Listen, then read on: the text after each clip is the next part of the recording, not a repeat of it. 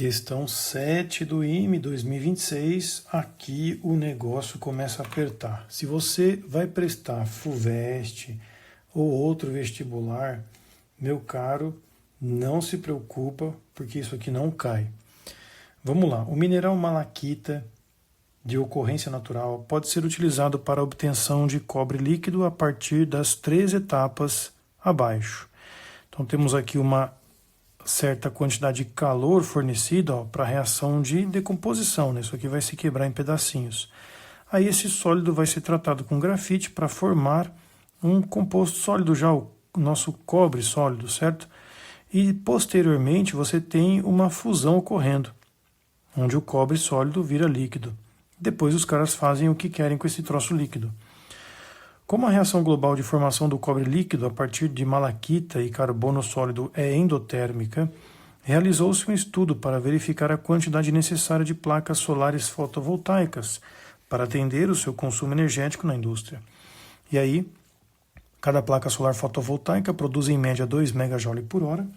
As energias livres de Gibbs de cobre em kJ por mol nas fases sólida e líquida podem ser descritas respectivamente pelas expressões em função da temperatura em Kelvin abaixo, na faixa de 298 a 1358.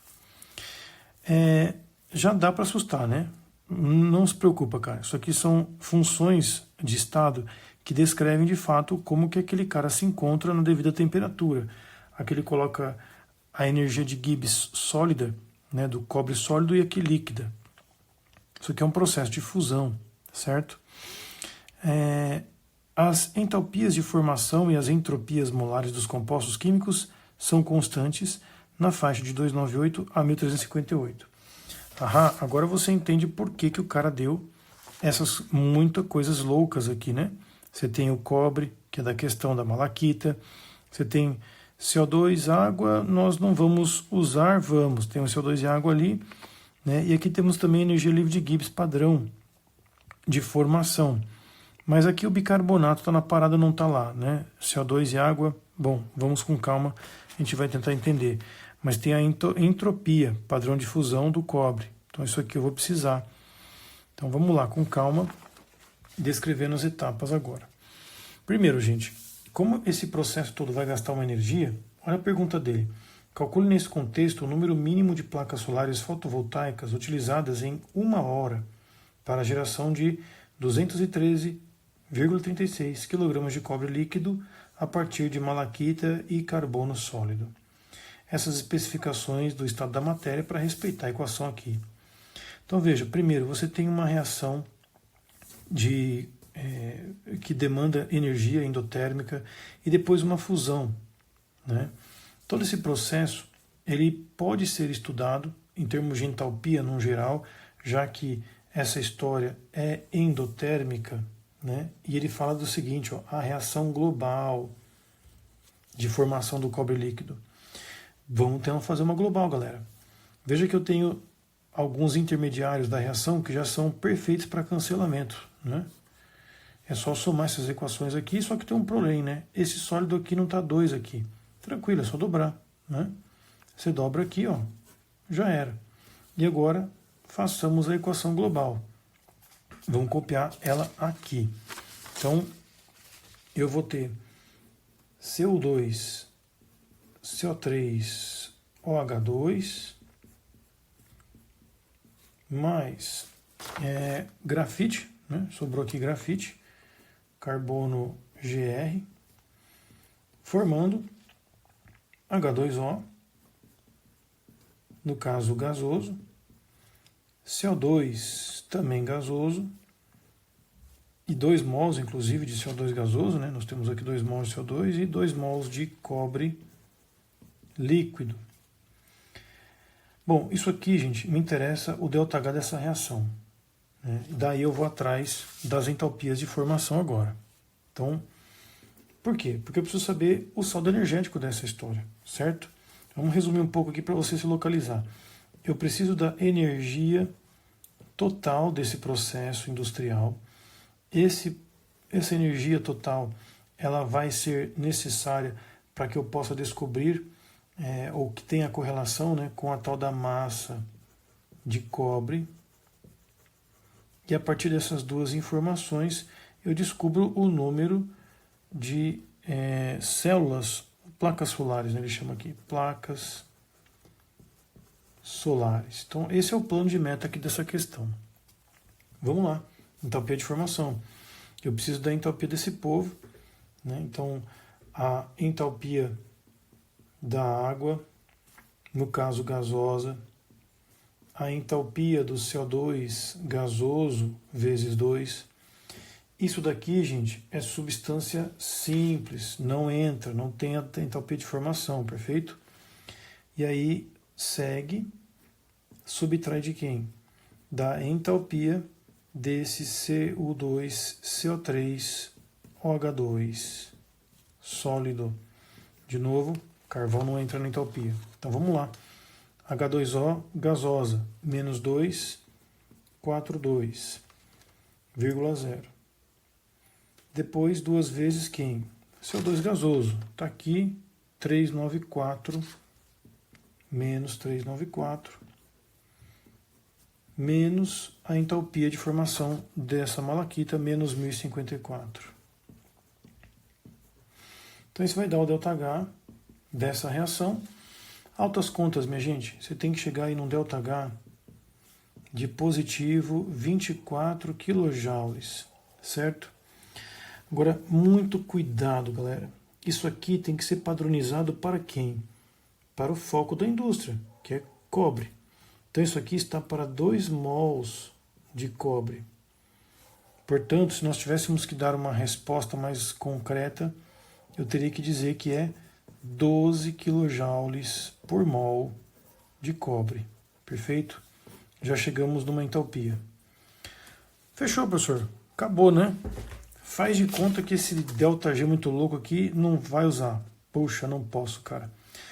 Porque nós temos que tentar descobrir agora a energia necessária para fundir esse troço. Porque a reação, por mais que eu encontrei o ΔH dessa reação global, isso não me, digamos, não tira de mim o fardo de encontrar a fusão desse processo, certo? Não está incluído aqui nessa história. Agora, vamos lá. Primeiro, né? Numa fusão, que seria o estado sólido, passando para o estado líquido, isso aqui envolve um equilíbrio químico de mudança de estado. Mudança de estado. As mudanças de estado necessariamente apresentam ΔG igual a zero, já que é um equilíbrio. E pelas equações da termodinâmica, ΔG é igual a ΔH menos TΔS, uma informação que precisa para essa prova. Já que o ΔG vai ser zero, significa que o ΔH de fusão, que é o que me interessa, ele vai ser igual a T vezes o ΔS de fusão. Opa, mas pera lá, esse ΔS de fusão está lá na prova, galera. Aqui, ó, entalpia padrão de fusão do nosso cobre, 10 Joule por mol Kelvin, aí está o detalhe, né? Então eu preciso agora descobrir a temperatura de fusão, e este que é o maior problema. Então o ΔH da fusão, ele vai sair desde que tenhamos essa temperatura. Bom, para achar a temperatura, eu vou ter que usar esta bendita informação da energia livre de Gibbs, do cobre, nas fases sólida e líquida. Veja que ele descreve as condições de Gibbs nessa situação de mudança de fase. E a gente pode assumir, como eu falei, que o ΔG é zero, correto? Ô, professor, se o ΔG é zero, por que o cara me dá esse trambolho? Para você calcular justamente a temperatura, meu caro. Veja que esses parâmetros, ó, eles são exatamente idênticos. Aqui, aqui, aqui e inclusive aqui. Só vai começar a mudar, ó, a partir desses dois membros da equação.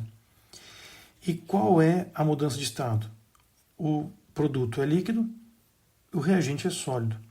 Então eu preciso fazer um ΔG, né? Ou seja, o G líquido menos o G sólido. Eu tenho que fazer esse de baixo menos o de cima, galera. Esse é o truque agora.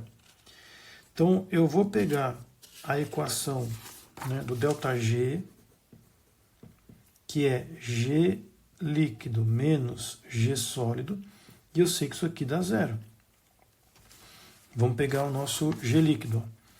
Então, eu vou descrever o G líquido, vai ser 5.194,3 mais 120 temperatura.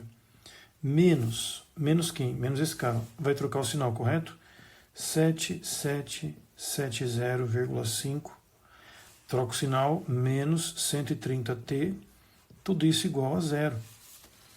Show de bola. Agora a gente vai conseguir chegar na temperatura, gente. Se tu fizer aí as contas, gente, aqui, equação do primeiro grau, não vou me atentar aos detalhes, você vai chegar em 1296,48 Kelvin. Essa é a temperatura de fusão, então, do nosso metalzinho. Feito isso, galera, eu posso, então, ir para o ΔH. Aqui a gente fecha nosso probleminha. 1296,48 vezes 10, que foi a informação lá que a gente pegou da prova.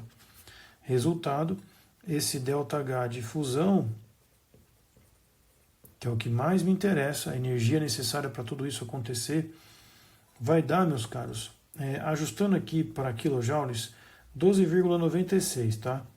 Quilojoules por mol, sem grilos aqui com balanceamentos, como foi lá atrás.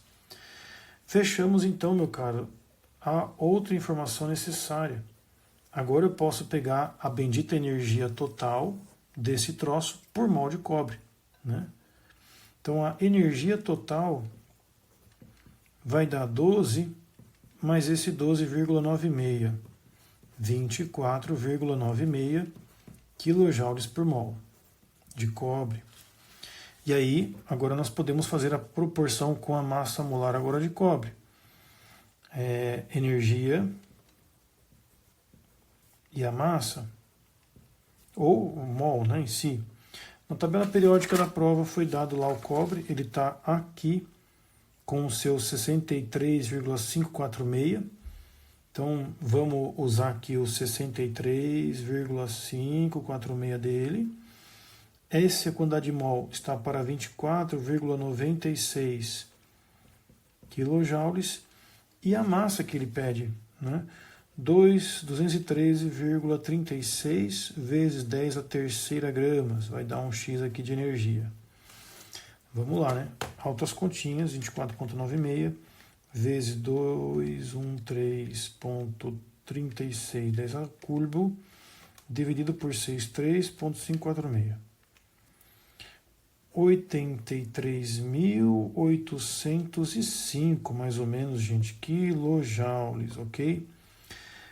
Essa informação agora vai ser usada para determinar o número de placas solares, porque ele fornece aqui 2 megajoules por hora, e a gente tem 1 hora para brincar, certo?